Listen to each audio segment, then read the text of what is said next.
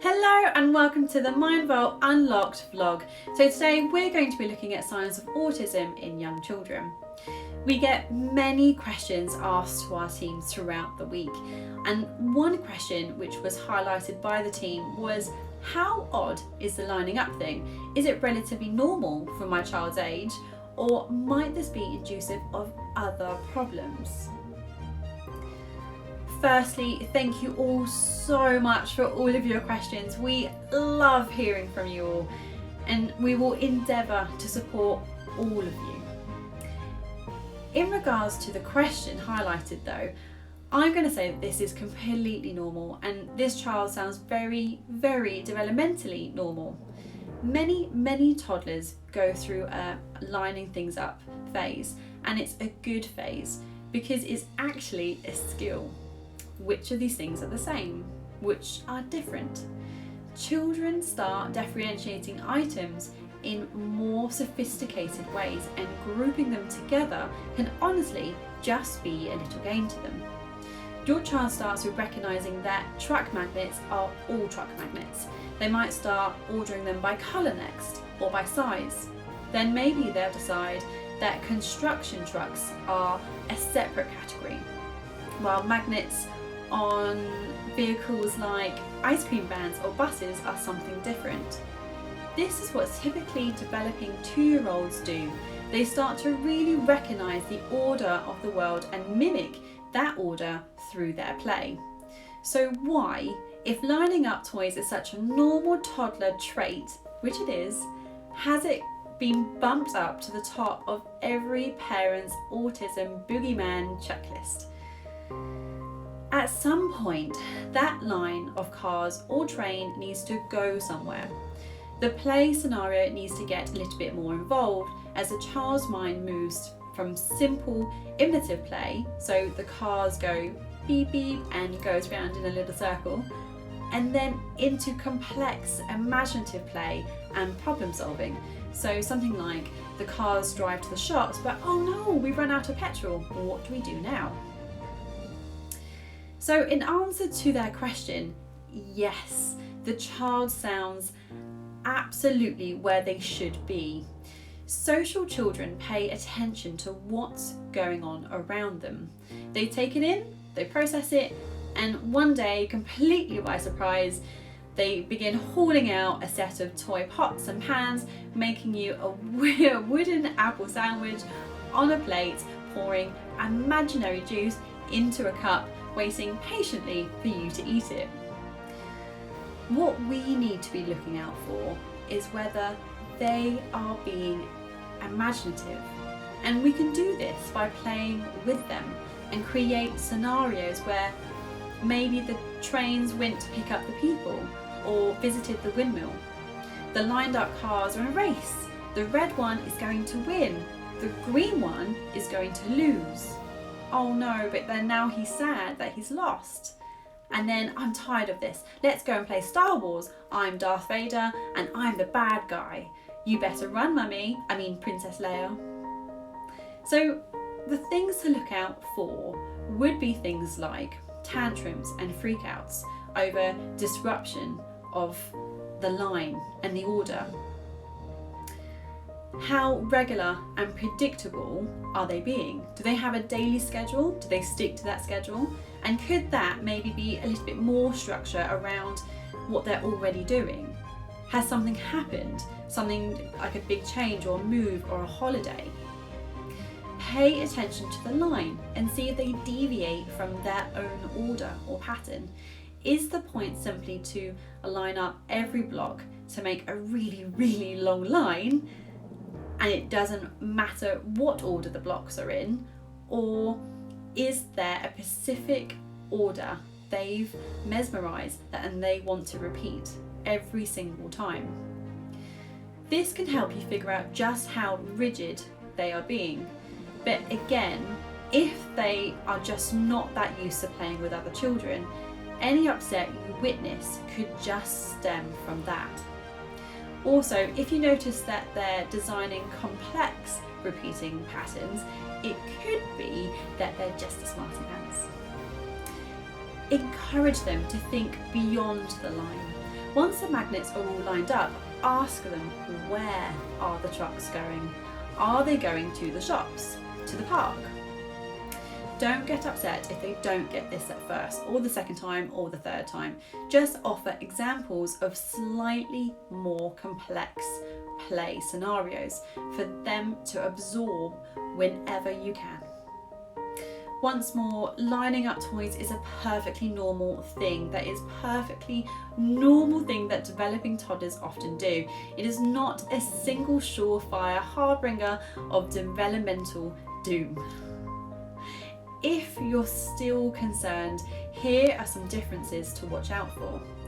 So a preference for playing alone almost all the time, even when encouraged to participate in typical forms of play. Inability or unwillingness to grasp basic rules of shared play, so turn taking, role playing, playing or following the rules of a sport or board game. Engaging in activities that seem purposeless and repetitive, so opening, closing doors, lining up objects, flushing the toilet, things like that. Inability or unwillingness to respond to friendly overtures from adults or peers. Apparent obliviousness to other children's behaviours or words, wandering through a group without realising they're engaged in play, climbing on a slide without realising there is a line, things like that. Apparent inability to grasp the basic and symbolic play, so pretending to be someone else or pretending that that toy has human characteristics. So what autistic play looks like. While it is typical for toddlers to engage in solitary play from time to time, most graduate quickly to parallel play, during which more than one child is engaged in the same activity at the same time. So 2 children colouring in the same colouring book, for example. By the time they are 2 or 3, most children are playing together, sharing an activity or interacting in order to achieve a shared goal. Autistic toddlers often get stuck in the earliest types of solitary play or engage in activities that have no apparent meaning or purpose. So here are some scenarios that might sound familiar to parents with young children or toddlers on the spectrum. So a child stands in the garden and tosses leaves, sand or dirt into the air over and over and over again. A child completes the same puzzle over and over again in the same way. A child stacks objects in the same pattern and either knocks them down or becomes upset if someone else knocks them down. A child lines up toys in the same order over and over and over again with no apparent meaning to the chosen order. So why is it that children with autism play differently? Most are facing some daunting challenges which stand between them and typical social communication. Among these challenges are things like lack of imitation. Typically developing children watch how others play with toys and imitate them. For example, a typically developing child might choose to line up blocks one next to the other, and then the first time with others they do the same. But as soon as the typically developing child sees others build with the blocks, he will imitate that behaviour. A child with autism may not even notice that others are playing with blocks at all, and it is very unlikely to observe others' behaviour and then intuitively begin to imitate that behaviour. Lack of symbolic play skills. So symbolic play is just another term for pretend play, and by the age of 3, most children have developed fairly sophisticated tools for engaging in symbolic play, both alone and with others. They may use toys exactly as they're designed, so playing house with a pretend kitchen and eating a plastic food.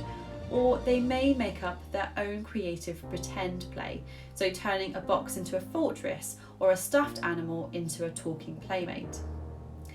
Children with autism rarely develop symbolic play skills without help.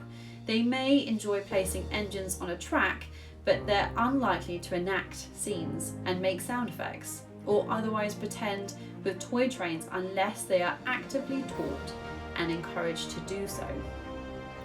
Even when they do engage in symbolic play, they may repeat the same scenarios over and over again, using the same words and even the same tone of voice. Lack of social communication skills. In order to be successful in pretend play and imitation, typically developing children actively seek out engagement and communication, and quickly learn how to read the intentions of other people.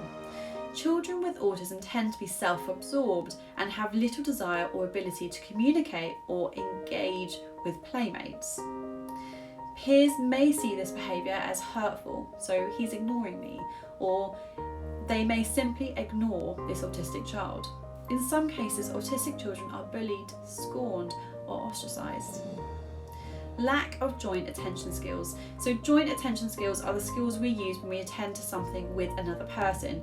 We use joint attention skills when we share a game together, look at a puzzle together, or otherwise think and work in a pair or group. People with autism often have impaired joint attention skills. While these skills can be taught, they may never develop on their own. If a lack of skill play is possible, this could be a symptom of autism, but it is possible to teach a child with autism to play. And the answer for all of that is yes. In fact, several therapeutic approaches focus largely on building and remediating play and skills, and parent and siblings can take an active role in the process. All of these techniques can be applied by parents, therapists or teachers, and all have the potential to be helpful. None, however, come with any kind of guarantee. While some children with autism do develop solid play skills, others find the challenge too great. For most parents, the best way to get started is with the involvement and help of a trained therapist who can provide coaching and support. In summary, you're doing everything that you could possibly do for your child. Maintain a watchful eye, but understand that lining up toys or wanting to play alone can often be developmental leaps and not an ASD diagnosis. And if you're still concerned, please go and speak to a professional and see what they can do to help you. Please subscribe for further videos and leave a comment below. Peace and love to you all.